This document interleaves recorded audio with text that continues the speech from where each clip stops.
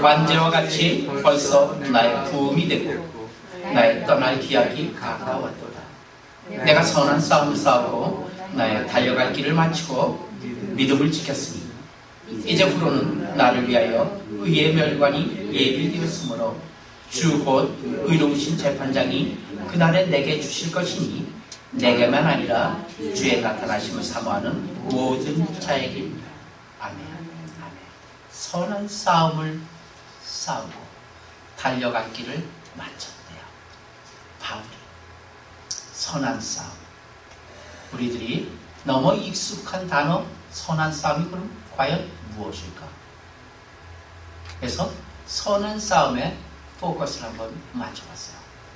싸움, 전쟁.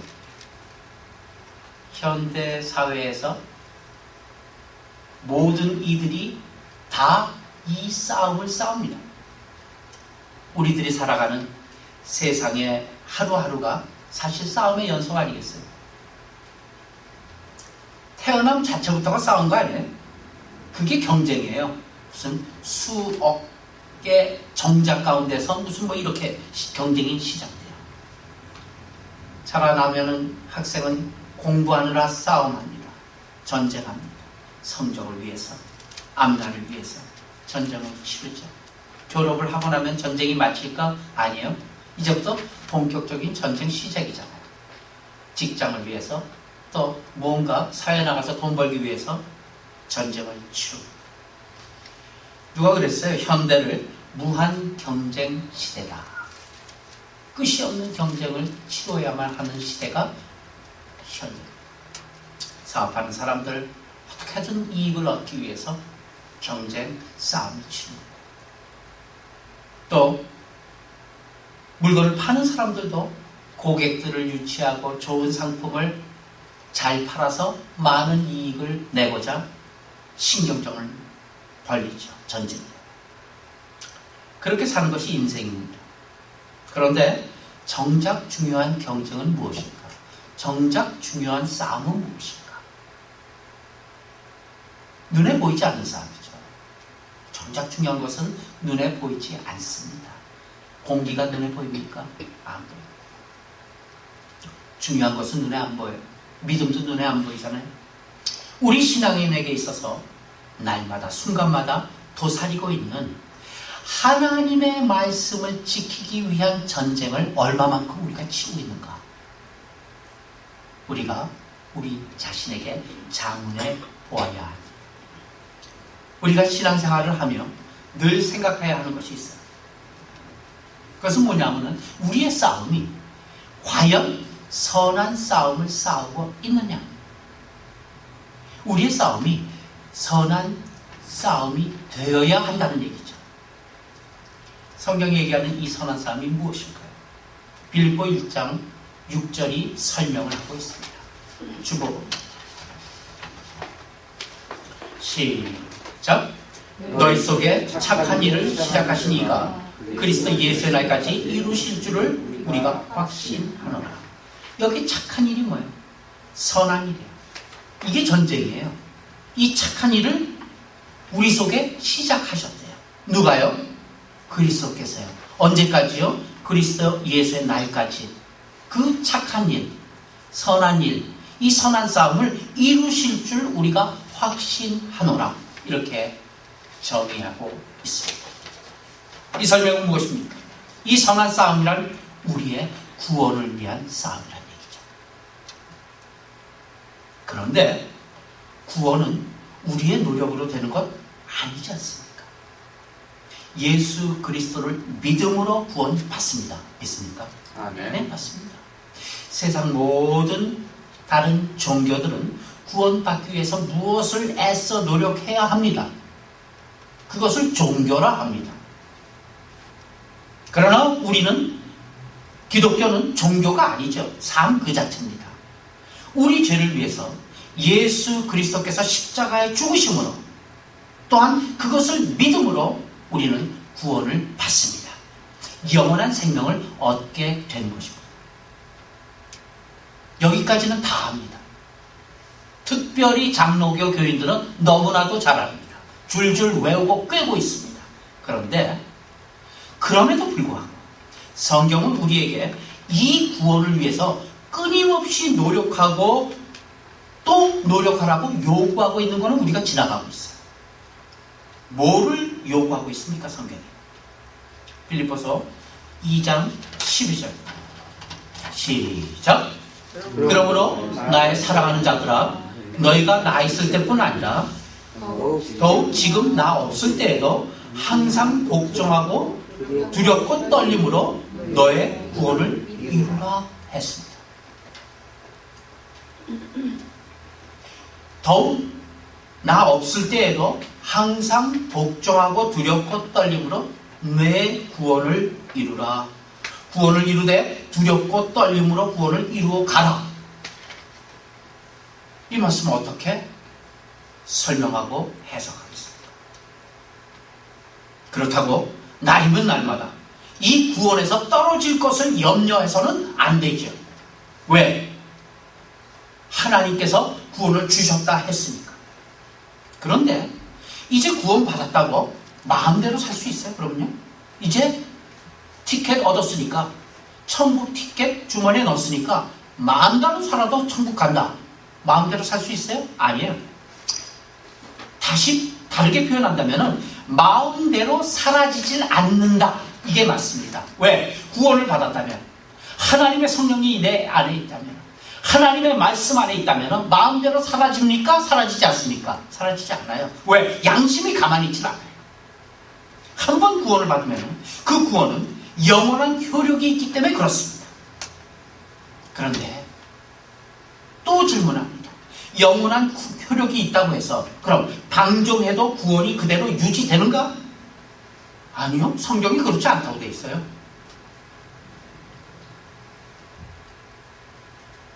왜냐하면 성경은 이래요. 열매를 보아서 그 나무를 알 수 있다고 합니다. 그렇죠? 그렇기 때문에 그 열매는 결과인데 그 결과를 봐서 아, 이 사람이 구원받은 사람인가 아닌가? 그것을 알 수 있대. 시금석이네요. 그러므로 우리는 정말 두렵고 떨림으로 이 구원을 이루어 나아가야 합니다. 아멘. 베드로전서 2장 2절입니다. 시작. 갓난 아이들 같이 순전하고 신령한 것을 사모하라. 이는 이로 말미암아 너희로 구원에 이르도록 자라게 하려 합니다. 구원에 이르도록 자라게 하려 합니다. 구원에 이르도록 우리들이 열심히 노력하고 열심히 말씀을 듣고 읽고 사모하며 하나님의 말씀에 순종해 나아가는 일이 구원에 이르도록 자라는 일이에요. 이 자에 많은 그 귀한 말들이 많아요. 에베소서 2장 22절도 마찬가지예요. 시작. 너희도 성령 안에서 하나님의 거하실 처소가 되기 위하여 그리스도 예수 안에서 함께 지어져 가느니라.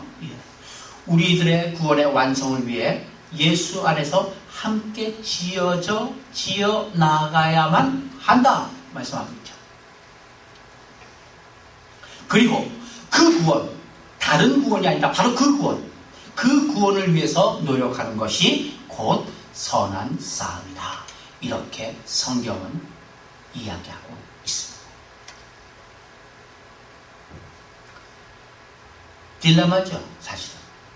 받은 거야, 안 받은 거야. 그래서 결론이 뭐야? 우리는 결론으로 쉽게 갑니다. 그 결론이 뭡니까? 우리가 구원 받았습니까? 안 받았습니까? 딜레마입니다. 신학은 이것을 어떻게 변명해 놓은지 아십니까? 신학은 그래서 이것을 성화 구원이고 영화 구원으로 잘라놨어요. 그래서 구원받은 건 사실인데 그 구원과 마찬가지 또 성화 구원이 있다. 구원의 단계가. 그리고 영화 구원이 있다. 이렇게 지금 나눠놨어요. 근데 사실 성경은요, 우리의 과거적인 구원에 만족하지 말라고 그래요. 과거적인 구원은 지나간 거래요. 과거적인 구원에 만족해서 구원을 위해서 노력하지 않는 사람들을 뭐라 하냐면 쾌락주의라고 해요. 쾌락주의가 되기 쉬워요. 요즘에 흔한 많이 모이는 교회들의 반응 방향이 이 방향이죠. 하나님이 이제는 복 주시고 하나님은 사랑의 하나님이시고 하나님은 우리의 음성을 받아주시고 아무리 죄를 지어도 가서 회개하면은 하나님께서 용서해 주시는 이미 받은 구원이 취소될 수 없는 그 자리에 우리가 서 있으니 늘 하나님께 감사하고 찬양하며 기뻐하고 즐거워하자. 교회 메시지가 다 이거예요. 쾌락주의. 또 성경은 우리에게 미래적인 구원 받을 거에만 집착해서도 안 된다고 얘기하고 있어요. 미래적인 구원에만 집착하게 되면 어떻게 되냐면 현실 도피자가 돼요. 하나님이 해주실 것인데, 아니면 신비주의자가 되죠.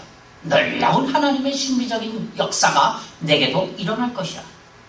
이러한 쾌락주의나 현실 도피주의나 신비주의는 다 같이 잘못 치우쳐진 이원론적인 신앙입니다. 어떻게 얘기하면 이단입니다. 하나님은, 아니 성경은 이원론적인 사람을 얘기하고 있지 않습니다. 육체 따로 있고 영혼 따로 있는 이분된 사람을 얘기하고 있지 않습니다. 그래서 바울의 몸 사상도 여기서 나온 것입니다.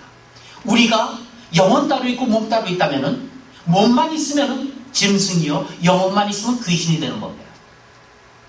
같이 있을 때만이 사람입니다. 그래서 몸이라는 단어를 썼습니다.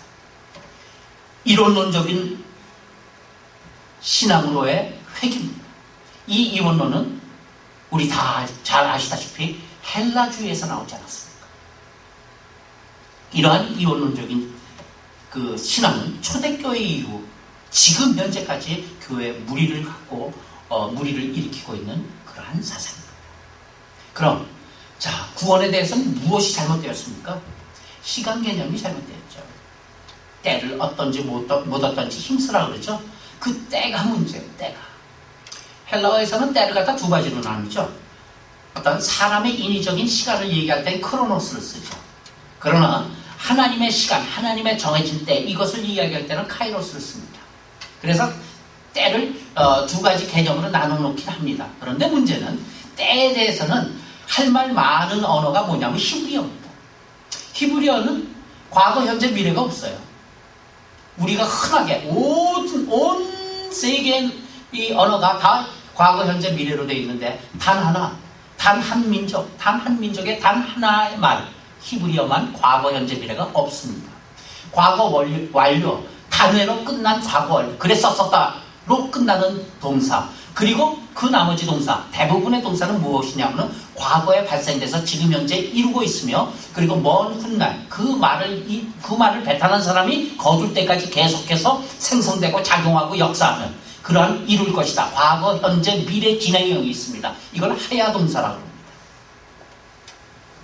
그래서 성경을 읽을 때, 바로 내가 읽을 때 그 시점이 바로 지금이 되는 것입니다. 모세가 내 서 있는 자리가 거룩한 자리, 그 자리에서 신을 벗으라 한 그 말씀이 내가 읽을 때 내가 곧 모세가 되는 것입니다. 내가 읽는 그 자리가 거룩한 자리가 되는 것이죠. 이것을 헬라어의 번역 과정에서 힘들게 번역하다 보니까 할 수 없이 구원이란 단어도, 구원이란 개념도 과거, 현재, 미래로 나눠 놓기는 했어요. 그렇지만 사실은 그것이 옳게 해석된 건 아니죠. 성경을 비춰보면 구원을 과거형으로 쓴, 이미 얻었다 하는 구원으로 쓴 게 한 30% 돼요. 그리고 앞으로 구원이 이루어야 될 먼 미래일로 쓴, 미래형으로 쓴 시제의 구원도 한 30% 돼요. 그 나머지는요 다 현재예요.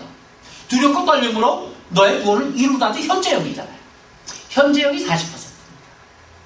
그리고 하나님의 시간 자체가 그래요. 하나님의 카이로스라는 시간 개념 자체가 하나님이 시간도 만드시는 시간도 피조물이거든요.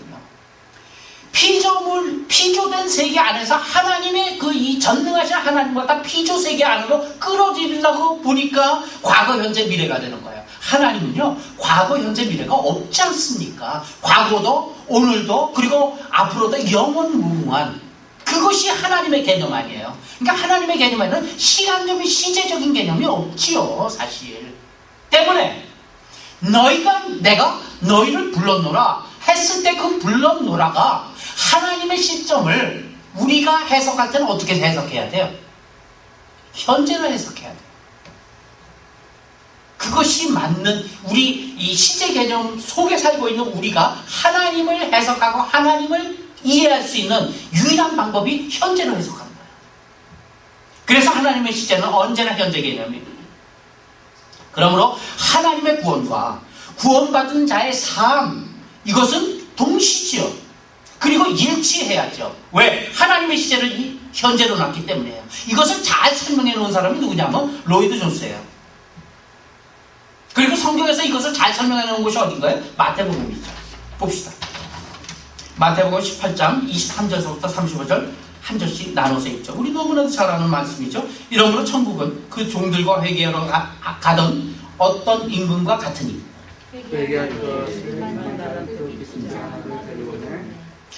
갚을 것이 없는지라 주인이 명하고 그 몸과 처와 자식들과 모든 소유를 다 팔아 갚게 하라 한대. 그 종이 엎드려 절하며 가로되 내게 참으소서 다 갚으리라 하거늘. 그 종의 주인이 불쌍히 여겨 놓아 보내며 그 빚을 탕감하여 주었더니 그 종이 나가서 세계 백배나여 빚진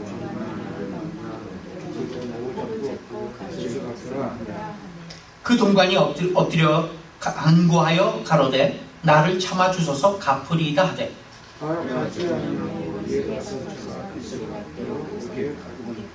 그 동관들이 그것을 보고 심히 민망하여 주인에게 가서 그 일을 다 고하니 이에 주인이 저를 불러다마되 악한 종아 내가 네 빚을 전부 상감하여 주었구나. 내가 너를 불쌍히 여긴 것 같이 너도 내 동관을 불쌍히 여김이 마땅치 아니하냐 하고 주인이 노하여 그 빚을 다 갚도록 저를 종에게 주시니라. 다 같이 너희가 각각 중심으로 형제를 용서하지 아니하면 내 천국께서 너희에게 이와 같이 하시니라. 자, 천국에 대한 비유입니다. 등장인물은 임금과 종과 또 하나의 종의 또 빚진 자, 이렇게 세 사람이, 세 존재가 등장하지 않습니까? 여기에서 천국은 탕감받은 종과 같다, 이렇게 얘기를 했는데 그 종이 자기에게 빚진 자를 용서하지 않는 순간에 어떻게 됐어요? 그 탕감은 취소됐잖아요. 취소됐잖아요. 하나님의 구원과 구원받은 자의 삶은 동시에 그리고 일치합니다. 이를 잘 설명하는 사람이 앞서 얘기했듯이 조나단 에드워드 목사예요. 그런데 사실 조나단 에드워드의 글도 이해하기가 그렇게 쉽지는 않습니다. 그가 다 이해하고 있는지는 모르겠어요. 그 글을 한번 제가 인용해 보겠습니다. 제목이 뭐였냐면요, 하나님의 절대 주권과 인간의 완전한 책임이라는 제목이에요. 하나님의 유효한 은혜 안에서 우리가 단순히 수동적으로 구원되는 것은 아니다. 그렇다 해서 하나님께서 어느 정도 하시고 그 나머지는 우리가 하는 그런 동력, 협력의 것도 아니다. 맞죠? 다 맞아요. 하나님께서 모든 것을 하시고 또한 우리가 모든 것을 한다. 이렇게 정의를 내렸어요. 조나단 에드워드. 하나님께서 모든 것을 산출하시고 또한 우리가 모든 것을 한다. 이 얘기예요. 왜냐하면요, 우리가 할 수 있는 이유가, 근거가 뭐냐면 하나님께서 산출하신 그것이 바로 우리 자신의 행동이기 때문에 그렇습니다. 이해하기가 조금 쉽진 않죠? 좀 우리말로 좀 쉽게 제가 표현을 해본다면은 우리가 구원받은 자의 삶을 살 수 있도록 하나님께서 해 주셨기 때문에 우리는 구원받은 자의 삶을 살 수 있고 마땅히 살아야 된다는 얘기예요.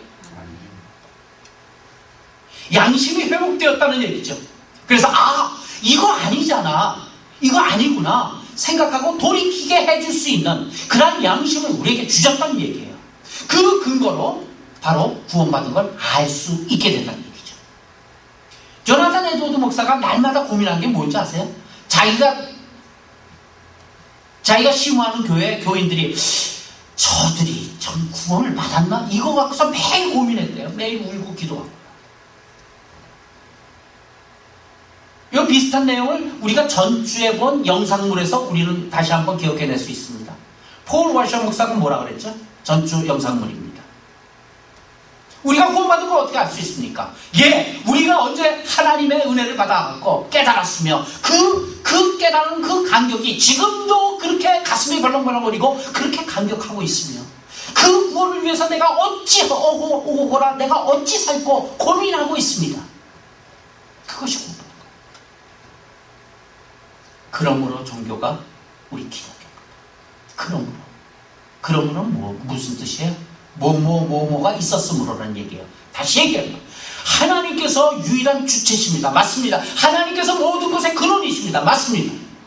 우리는 다만 그 근원과 그 모든 주체에 합당한 행동자들입니다. 우리는 각자 여러 가지 서로 다른 국면 속에서 살아갑니다. 그 안에서 전적으로 수동적이면서 그리고 전적으로 능동적으로 살아야 된다는 이야기입니다. 그렇기 때문에 우리는 이 구원을 위해서 오늘도 선한 싸움을 싸워야만 한다는 사실입니다.